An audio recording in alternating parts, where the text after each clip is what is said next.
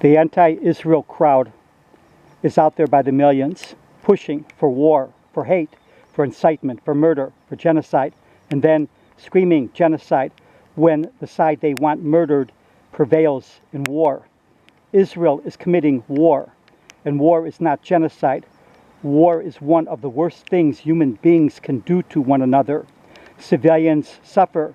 Children are always killed and harmed in war. They and other innocent people are the casualties of war. The only way to keep civilians, including children, out of harm's way is to not start wars and not to incite for wars.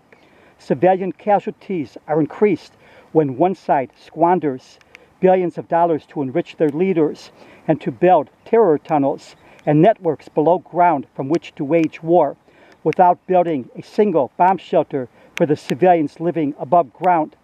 Civilian casualties are increased when one side wages war and deliberately uses civilians as human shields to hide behind and beneath, and civilian structures, including hospitals, mosques, schools, apartment buildings, and so forth, from which to wage war. The anti-Israel crowd, hate-filled mobs, scream, "Shame on you," while they shamefully call for war. Many scream their support for the phony so-called resistance, which is not a resistance at all. The word resistance is used to make the effort to murder, rape, kidnap, and commit other atrocities on as many Jews as possible sound lofty. The anti-Israel crowd uses every excuse in the book to justify the genocide and murder they seek. The long history of Jews is a history of getting blamed for everything, while the side that murders and commits atrocities against Jews is held blameless. The commandment to not murder continues to be defied by Jew haters. The commandment to not bear false witness continues to be violated over and over by Jew haters as they fabricate every lie imaginable in order to demonize Jews. The endless effort to demonize Jews leads to tragic outcomes. It is not enough that there was a Holocaust. It is not enough that Europe's most advanced nation followed an incompetent, evil fool, a demonic lunatic drawn in by the seductive poison of having a demonized enemy to hate. All of it led to Europe destroyed, with over 70 million people killed and millions more permanently crippled and wounded for life. The Jews of the Middle East and North Africa, Israel's majority population, have their own history of persecution, expulsion, theft of their lands and properties, massacres and pogroms.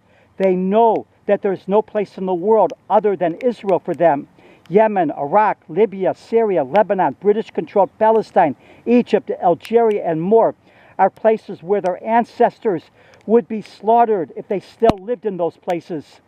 They and all of the people of Israel know that their enemies do not want peace. The people of Israel know that their enemies seek their extermination. October 7th was the point of no return.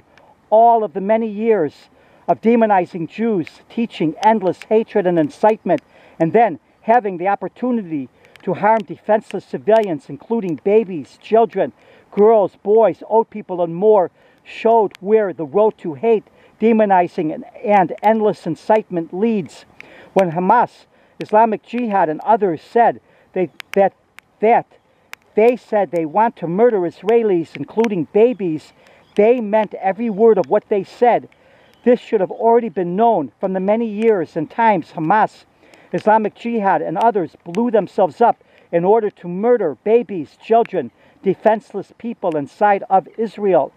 On October 7th, defenseless people of all ages were raped, wounded, kidnapped, murdered, beheaded, mutilated, tortured, burned alive.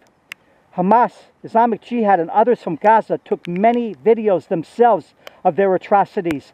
The anti-Israel crowd still finds ways to defend, deflect, excuse, or justify the atrocities, or to even blame Israel for the atrocities, despite the enormous forensic evidence, including the videos the terrorists themselves took and the people that survived and witnessed the massacres. October 7th is what the anti-Israel crowd wants more of. If they cared about the lives of the Arabs, now called Palestinian, they would want the war, the hatred, the incitement, the demonizing, the terror to end. They would recognize that Jew, Arab, and others share a small piece of land where they need to live together in peace. The way forward is to lay down the sword. Lay down the sword does not mean a temporary ceasefire so that Hamas, Hezbollah, and the others can rearm, regroup, and do their killing on another day. October 7th should have so horrified the world that Hamas, Hezbollah, the Iranian regime, and all of their allies would have been immediately denounced the world over. All of the hostages should have been returned in the days following the massacres, and that should have been the end of Hamas. This could only have happened if there had been, in fact, an enormous outcry, and if we lived in a sane and just world. Instead, Hezbollah, backed by the Iranian regime and their allies, joined the war against Israel on October 8th, and millions of people the world over defended and even rejoiced in the atrocities committed on October 7th.